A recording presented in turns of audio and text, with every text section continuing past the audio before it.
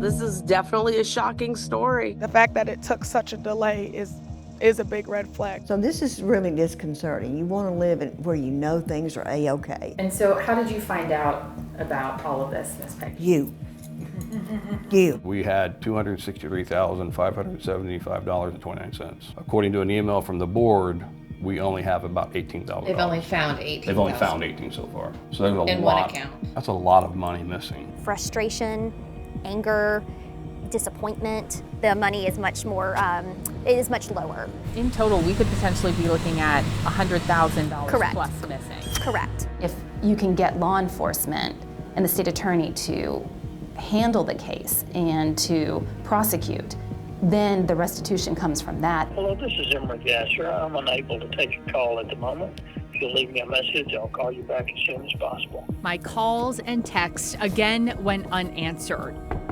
I don't know why we're being the one to have to, pay for this. Gasser Property transferred at least $78,000 from our HOA bank account to various different transfers. So transfers to them, transfers to other HOAs, even a transfer to a firearm seller here in Davidson County. The state's top police investigators are now looking into what neighbors are calling a controversial property management company after I started investigating claims of missing money across 4 counties. After months of uncovering mismanagement under Gasser communities and neighbors now having to pay extra to make up the missing money in HOA bank accounts, lawmakers are now listening. We want to make sure that these type of situations never happen again. We have our women's coffee group on Thursdays at the cafe. It was the talk of the Carruthers Farms neighborhood. So this is really disconcerting. You want to live where you know things are A-okay. And so how did you find out about all of this, Ms. Peggy? You. Peggy Sisk started gathering her neighbors and wondered if what I uncovered about Gasser Property Management in Provincetown and Hickory Hills was happening in their subdivision. She found out their master insurance policy for her townhouse expired in May, meaning just like neighbors in other Gasser-managed properties, their homes were not covered. Terrible. Absolutely terrible. I don't know if they used the funds appropriately. After retiring from a career as a CPA, homeowner and neighbor Dave Whistler took a closer look at the neighborhood's $1.3 million budget for 2024. When he did, a figure gave him pause. For a neighborhood association bringing in $1.3 million, he wondered why there was only a relatively small amount set aside in a fund meant to pay for big-time repairs and improvements. Right now, there's $30,000 of capital reserve. When it comes time to replace roofs or do major landscaping projects, there's going to have to be a special assessment of the owners. The group says the figures prompt even more questions for their HOA board, still controlled by their builders, Regent Homes. I spoke with the president of Regent Homes, David McGowan, over the phone, and he told me after our reports aired, they too struggled to get in touch with Mr. Emery Gasser, the owner of Gasser Property Management, who they have had a business relationship for more than 30 years. He says he got in contact with him Monday, and after that conversation, he decided to terminate their contracts with Gasser Property Management because Gasser told him he's in serious financial trouble. Hello, this is Emery Gasser. I'm unable to take a call at the moment. If you'll leave me a message, I'll call you back as soon as possible. My calls and texts again went unanswered. And the doors at Gasser Property Management were locked during business hours. No one in there. That he's running scared. He's trying to avoid everybody he can. It's the age-old story of being accountable and having the power to hold somebody accountable. I'm sorry. These unanswered calls are leaving yet another neighborhood wondering if they should exercise their power to hold the manager of their dues and properties accountable. Frustration, anger, disappointment, and then obviously just it hurts when somebody breaks your trust. Not only is trust broken within the Fountain Brook neighborhood. A few weeks ago, we saw the breaking news about Gasser Property Management and began looking into it. But so is one of their bank accounts, literally. They discovered Gasser opened 3 accounts for their HOA, one of which was frozen by the bank because of suspicions of fraud. The money is much more, it is much lower. In total, we could potentially be looking at $100,000 Correct. plus missing. Correct. Board member Kimberly Calcote says a valuable resource they had to uncover this, crossing notes with multiple other communities working to sever their relationship with Gasser. The amount of time that we have spent over the last 3 weeks totally immersed in trying to figure this out. I mean, it's taken me away from my family at times. It's taken me away from work at times. They are doing a big job that volunteers don't have the time to do. Attorney Marielle Westerman specializes in property law in both Tennessee and Florida. From her perspective, she is not surprised this happened, and there's a reason why. There is no Tennessee department that oversees, does background checks, or regulates property management companies. You can have somebody with a criminal background. They could embezzle in Florida, come to Tennessee and open up shop, and nobody's going to stop them because there's no law that would protect that association. We want to screen out the people that shouldn't be performing property management services. And, you know, it is a piece of paper, but it means something. I mean, you wouldn't go to a doctor who wasn't licensed. You wouldn't go to, you know, a hairstylist that's not licensed.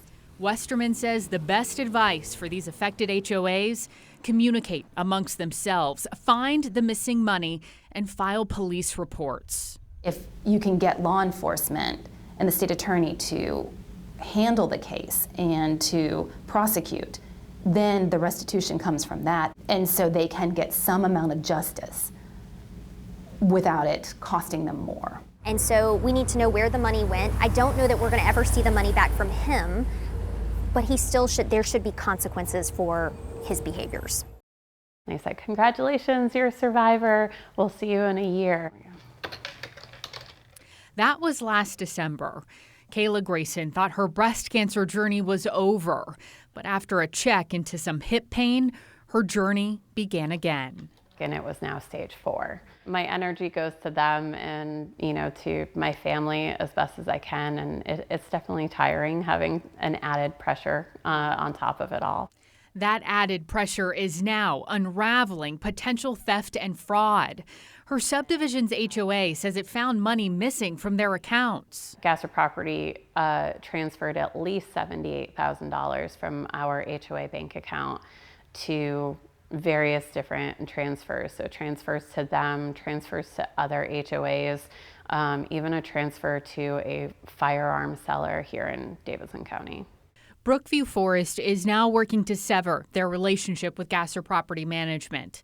But in order to recoup the $78,000 missing dollars, Grayson says her subdivision is considering a special assessment, billing homeowners a year's worth of dues, more than $550.